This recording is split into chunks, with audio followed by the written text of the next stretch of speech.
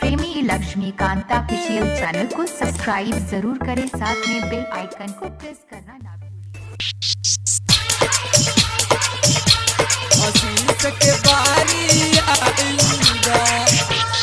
DJ आलो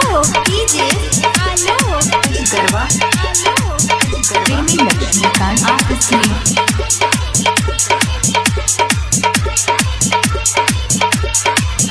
हमर बिनती सुनाए भैया आशीष के बारी आइल बा, आशीष के बारी आइल बा। हमर बिनती सुनाए भैया आशीष के बारी आइल बा। कहिया से सोचले बानी हो, कहिया से सोचले बानी हो, वही दिन से मनवा भटकल बा। हमर बिनती सुनाए भौजी आशीष के बारी आइल बा, आशीष के बारी आइल बा। हमर बिनती सुनाए दादा आशीष के बारी आइल बा। कहिया से सोचले बानी हो, कहिया से सोचले बानी हो, वही दिन से मनवा भटकल बा।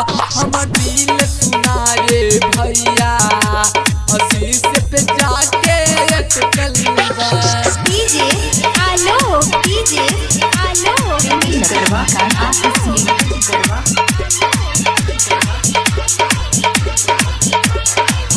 ग्राम दौना जसरा के हावे आशीष निवासी हो। लड़ा तार प्रधानी भैया करी है खूब भलाई हो, करी है खूब भलाई हो। ग्राम दौना जसरा के हावे आशीष निवासी हो।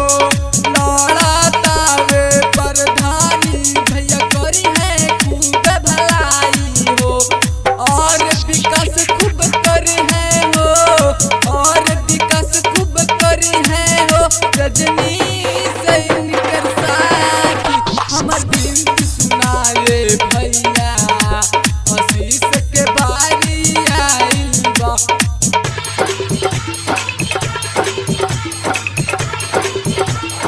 आशीष भैया आलो आशीष भैया जिंदाबाद जिंदाबाद। प्रेमी लक्ष्मीकांत ऑफिशियल। कहे प्रेमी लक्ष्मीकांत औरी रवनि से राज हो। राजकरण भैया कहेला जीते है आशीष भाई हो, जीते है आशीष भाई हो। कहे प्रेमी लक्ष्मी